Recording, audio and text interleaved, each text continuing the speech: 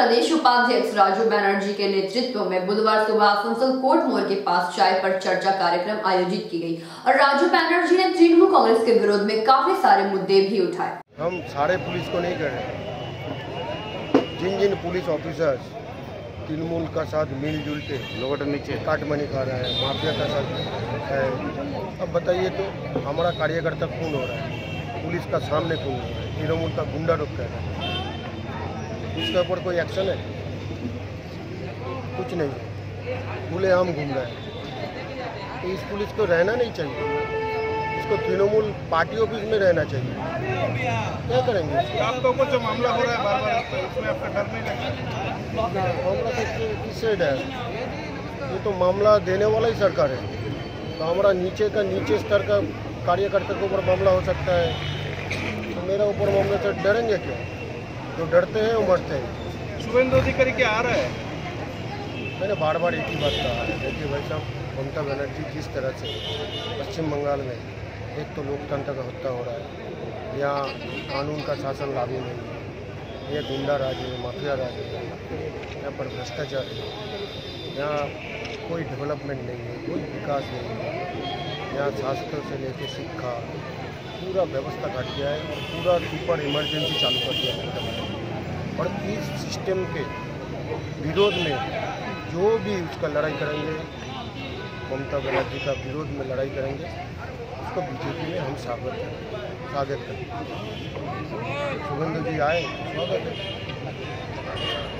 हम लोग पहले टीएमसी में थे, टीएमसी करते थे, लेकिन हम लोग जितना नेता है, हम लोग कुछ काम नहीं किया, जिसकी वजह से हमें वादा किया था कि ये काम करते हैं, काम, लेकिन कुछ नहीं किया। बार खरीद धोखा दिया, बार बोला করে দেবো কিন্তু কিছু করে না।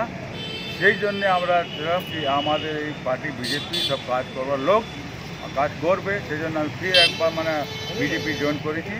আর আমরা এখন 50 জন এসেছি, তাদের 1000 মেম্বারশিপ রেলপার মাইনরিটি সেলে আমরা করলাম, আরও করব। আমরা আগে 11 ব্লক, এখন 13 ব্লক হয়ে গেছে। 13 ব্লক থেকে আমরা লোক 18,000 লোক আমরা আনতে পারি আর আনবো এবারে বিজেপি। যত মুসলিম মাইনরিটির যত আছে সবাই আমরা খবর করে দিলাম যে আমরা ফির এসে গেছি, এবারে আমরা করবো, আপনারা সাথ দেবেন, সাহায্য করবেন, সব রাজি আছে করতে, কিন্তু আমরা চেষ্টা করতে এবারে মেম্বারশিপ আরও করবো। আপনার বিজেপি का प्रार्थी भी थे, আগে আমি যখনই 2014 সালে আমি একটা বিরাট প্রোগ্রাম করেছিলাম রেলপারে, আরও বিজেপি আমি মাইনরিটি জেলা অধ্যক্ষ ছিলাম। হ্যাঁ, তারপরে কিছু কাজ না হলে পরে একটু কোনো দিন পার্টিতে হয়, এরকম হয়ে গেছিলো। তারপরে আমি সরে গেছিলাম, আমরা ধমকি সব পেয়েছিলাম, তখন আমি সরে গেলাম।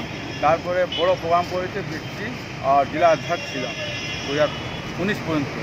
তারপরে 1 বছর মধ্যে এদিকে হয়ে গেলাম। তারপর ফির আমরা চাইছি যে বিজেপি আমরা ভালো কাজ করেছিল, আগে আমার সঙ্গে খুব ভালো ব্যবহার করেছিল, সেই জন্য আমার ভালো লাগলো, সেই জন্য বিজেপি ফির আমরা যোগ করলাম।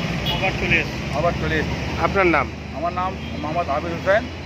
আর আমার সিবিআই তদন্ত করতে দিক না, কত কোল মাফিয়া আছে, বালি মাফিয়া আছে, আয়রন ওর মাফিয়া আছে, সব কটা মাফিয়ার সাথে তৃণমূলের প্রত্যক্ষভাবে যোগাযোগ আছে।